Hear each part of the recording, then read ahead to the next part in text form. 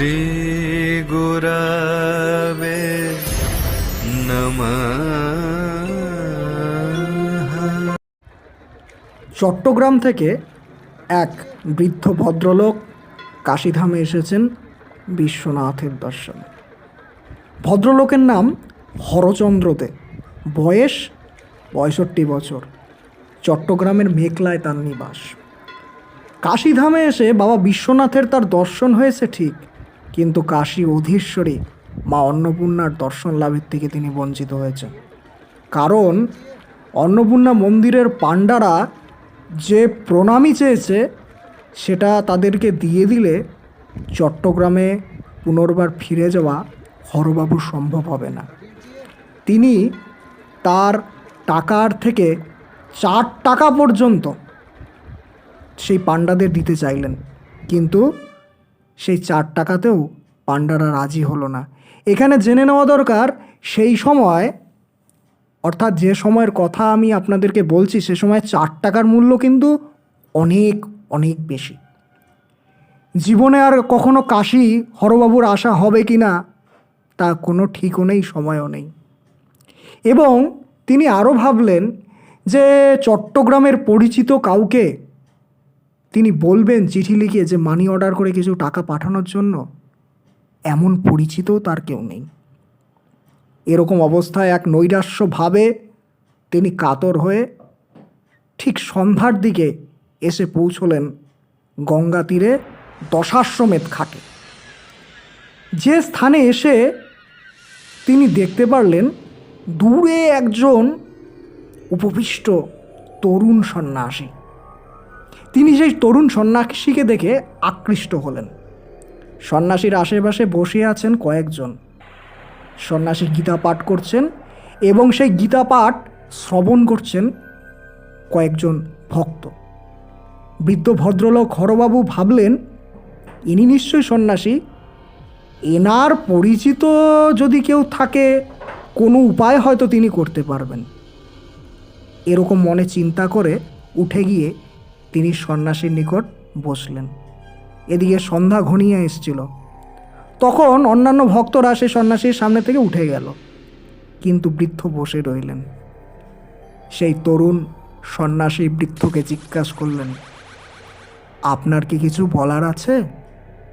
বৃদ্ধ অনুনয়পূর্বক সব কিছু তাকে বললেন এবং সন্ন্যাসীকে অত্যন্ত আকুলতার সহিত মা অন্নপূর্ণার দর্শনে সাহায্য করিতে বারবার অনুরোধ করলেন। তখন সন্ন্যাসী বলিলেন, আচ্ছা, আমি আপনাকে অন্নপূর্ণা দর্শন করাবো, আসুন আসুন আমার সাথে। ভদ্রলোক চললেন সেই সন্ন্যাসীর সাথে দূরে, অনেক দূরে। কিন্তু এ তো সে পথ নয় যে পথে অন্নপূর্ণা মন্দিরে যেতে হয়। ভদ্রলোক মনে করলেন হয়তো বা নিজ গৃহ হতে কিছু টাকা পয়সা সন্ন্যাসীর সাথে নিয়ে আসবেন। অবশেষে উভয়ে উপনীত হলেন নিগমানন্দ গম্ভীরা নামক এক আস্থানায়। সন্ন্যাসী তাকে সেই ঘরের মধ্যে বসতে বললেন এবং বললেন, আপনি এখন এখানে বসুন, চোখ বন্ধ করুন, আমি ঘরের বাইরে যাচ্ছি। আমি এসে যখন আপনাকে আবার চোখ খুলতে বলবো সেই সময় আপনি চোখ খুলবেন, দেখবেন তার দর্শন হবে। সন্ন্যাসী এই কথা বলে ঘরের বাইরে চলে গেলেন। বৃদ্ধটিও চোখ বন্ধ করে বসে রইলেন। কিছুক্ষণ পরে ঘটল এক মহাজাগতিক ঘটনা। সমগ্র বদ্ধ ঘর এক অপার্থিব তেজ জ্যোতিতে পরিপূর্ণ হয়ে গেল। চতুর্দিকে অগুরু ও নানাবিধ ফুলের সৌরভে আমোদিত করল। হঠাৎ সেই সন্ন্যাসী এসে বৃদ্ধকে এবার চোখ মেলে তাকাতে বললেন। বৃদ্ধ চোখ মেলে যা দেখলেন তা দেখে বিস্ময়ে হতবাক হয়ে গেলেন। তিনি দেখলেন জ্যোতির্ময়ী আলোতে আলোকিত হয়ে সাক্ষাৎ কাশীশ্বরী অন্নপূর্ণা দেবী তার সম্মুখে দাঁড়িয়ে আছেন। বৃদ্ধ মায়ের এই দর্শনে আশ্চর্য হয়ে গেলেন। তার চোখ দিয়ে অবিরাম বাড়িধারা ছড়তে লাগলো। এবার সেই সন্ন্যাসী সে বৃদ্ধকে বললেন, নিন, এবার কাশেশ্বরী মা অন্নপূর্ণার পাদপদ্ম স্পর্শ করে প্রণাম করুন। সন্ন্যাসীর কথা মতো সেই বৃদ্ধ স্বয়ং মা অন্নপূর্ণার শ্রীচরণ স্পর্শ করলেন। সেই শ্রীচরণ স্পর্শ করার সাথে সাথে তাহার দেহ মনে প্রাণে এক অপার্থিব শান্তি লাভ হলো। সন্ন্যাসী পুনর্বার তাকে এবার চোখ বন্ধ করতে বলল।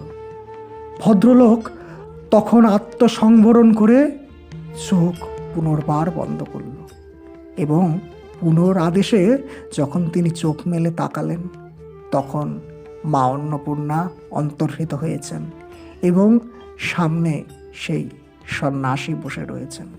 সন্ন্যাসী জিজ্ঞেস করলেন, কি মা অন্নপূর্ণার দর্শন হলো তো? বাকরুদ্ধ সেই বৃদ্ধ হাউমাউ করে কেঁদে ফেললেন। আপনারা জানেন কে ছিল সেই সন্ন্যাসী যিনি এই বৃদ্ধ হরচন্দ্র বাবুকে মাতৃদর্শন করিয়েছিলেন? তিনি আমাদের সকলের প্রাণের ঠাকুর, ভারতবর্ষের আধ্যাত্মিক জগতের সাধন বিস্ময়, তন্ত্র জ্ঞান যোগ প্রেম চতুঃসাধন সিদ্ধ সদ্গুরু শ্রীমৎ স্বামী নিগমানন্দ সরস্বতী পরমহংসদেব।